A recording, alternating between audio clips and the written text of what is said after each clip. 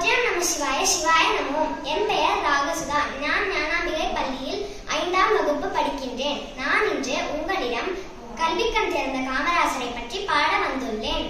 இப்பொழுது பாடப் போகிறேன். கர்ம வீரரே, தர்மசீலரே, மக்கள் மனதில் வாழ்பவர் நம் காமராஜரே.